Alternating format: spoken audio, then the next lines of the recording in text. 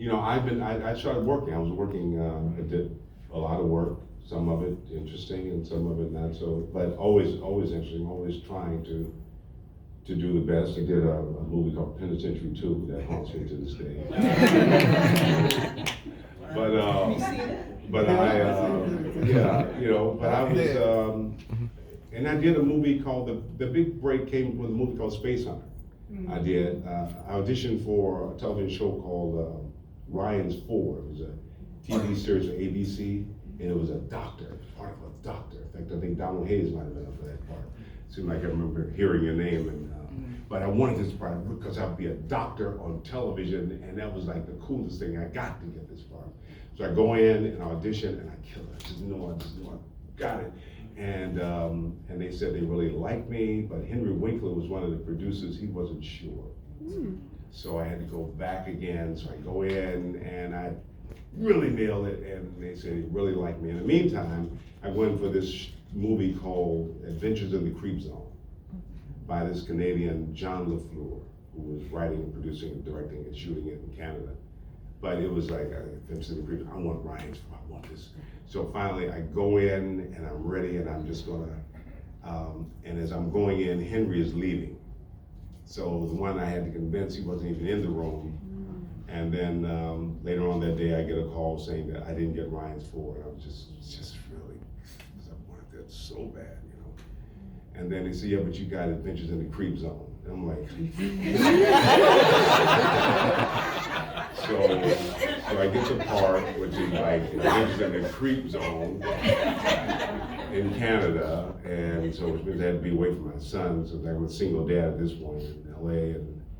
But Adventures in the Creep Zone turns out to be a Columbia film, and after a couple weeks of shooting with Peter Strauss and Molly Ringwald, they decided to fire John LaFleur. I didn't know if you were the writer, producer, director, you could get fired, but apparently you can. So they brought in a new director, and Ivan Reitman was a producer who did Ghostbusters, and Harold Ramis was one of the writers who came in to fix the script.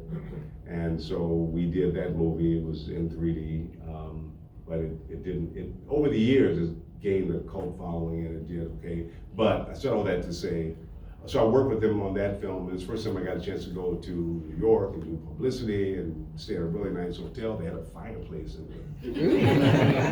So that was kind of getting a sense of that Hollywood stuff.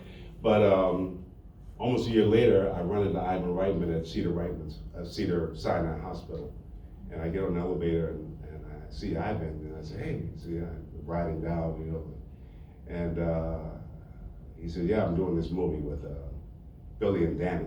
And I don't know Billy and Danny. Good. And he said, but there's nothing in it for you. So I said, okay. And then I found out they were doing a movie called Ghostbusters with Bill Murray and Dan Aykroyd, but he had said there was nothing in it for me. But I heard there was part black guy in the movie, and so I told my agent, see if we could get, and she said, no, they don't want to see you. And so I couldn't get an interview. And then everybody I knew was going in. Donald might have even went in for it, I don't know. But everybody was going in, and they wouldn't see me because they thought I was all wrong, because in Space Hunter, my head was shaved and my voice was in a lower voice, and it was bigger than life, and he was that kind of boisterous sort of. And Winston Zeddemore had to be part of the team and wasn't that. And so finally, they decided to give me an audition, and I got the script, and I just thought, this script, if I get this part, it's gonna be life-changing, because if you're a major studio film, and number one, your life changes, and so I went in and auditioned, and I it was one of those mic drop things. I was like, get somebody to do that, and they said they really liked me, but they wanted me to come in and screen test for it. But I'm thinking, but you had a camera in the room, but okay. I went back, and then they said they really liked me, and come back again. So I went back again. They said they really liked me, it looks good, we gotta come back again. So now I told my kids, if I get this thing, we're gonna have some money, we can keep the phone on all the time. So they said, yeah, they really like me, but there's a guy in New York that they are interested in. They need to go to New York to see him. And now all the enthusiasm. So now I made the big mistake, never do this. I called the casting agent and said, I was wondering how things are going because I'm planning to go to Hawaii. And I don't want to, miss a call if it comes in.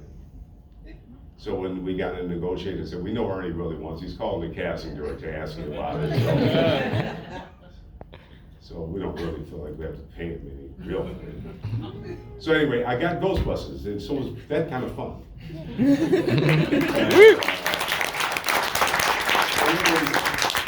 It was a learning experience, and the best thing I could have done for myself. Because what I didn't realize is I had 40 years of struggle ahead, and this was preparing me for that.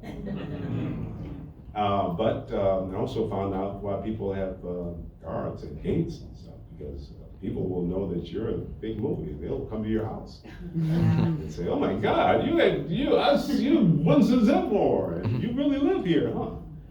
At 9 o'clock at night. And then it gets fun.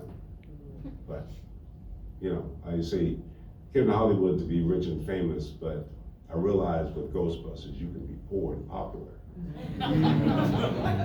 You can sign grocery bags in grocery stores. So. But anyway, that's part of the journey. And it's been in Ghostbusters. We just finished a new Ghostbusters. And now Ivan Reitman's son, Jason Reitman, is sort of the head of it and producing it, and his partner Gil Keenan is directing, and it was a lot of fun. Bill Murray and Danny Aykroyd's back, and it's a blessing. 40 years later, people still love the movie, and I'm very, very proud of it. Can't wait to see it. Right? How did it change your life? Right, Ghostbusters opens, it becomes the biggest thing, out. Yeah. As far as roles, right? Like, are you suddenly getting calls? Are you seeing better roles coming away? No. I mean, I think part of it is the expectation, because I thought, okay, because I always believed that, if you're in a major movie, this is a major movie, and it's number one for weeks. But yeah, and I think a little bit of it had to do with not being included in the promotion of the movie, not being on the poster. It almost felt like I was one of the Ghostbusters, sort of. Originally, the original script that came in the very beginning of the movie, page 7, in fact. But then it was changed the day before we were shooting, and I came in on page 68. So all that was, so it was, like I said, it was important for me because it forced me to let go of whatever ideas I had. When the movie came out, I couldn't get an audition with Columbia, who produced the movie. But they invited me to parties for their backers and stuff. They invited me to go to Bullets and sign posters that I wasn't on. And I was under the impression that if I show them I'm a nice guy and be a team player, that they will, Soldier Story. I couldn't get an audition on Soldier Story with Columbia that did Ghostbusters.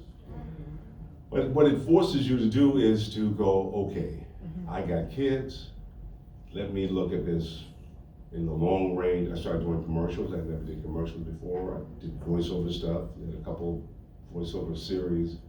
And I had to dance. I did television. One year I did a different television series literally every week.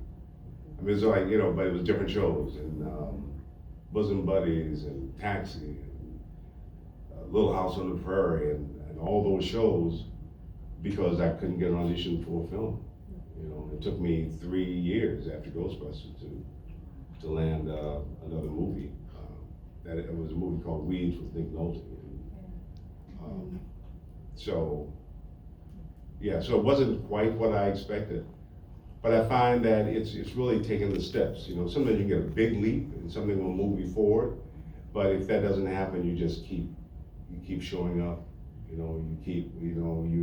Every audition is a chance for them to see what you know, what I do. This is who I am, this is what I do, and